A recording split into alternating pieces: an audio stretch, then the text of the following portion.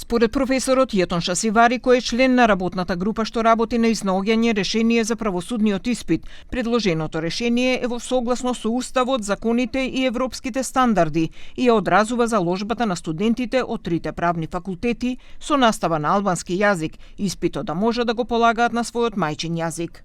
Propozim zgjidhja, domethënë parashe një zgjidhje që është reale, është optimale, është kushtetuese ligjore në pajtim me standardet ndërkombëtare dhe evropiane. Propozim zgjidhja u përgjigjet kërkesave të studentëve të tre fakulteteve juridike me mësim në gjuhën shqipe. Propozim zgjidhja pasqyron kërkesën.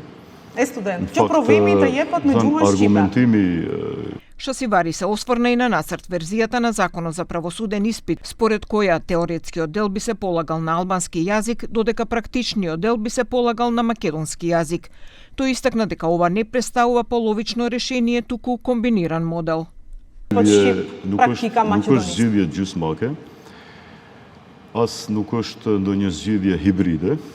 Studentëve, zoti Shasivari nuk kërkojnë që të ketë zgjidhje gjysmake. Nuk është zgjidhje gjysmake, absolutisht.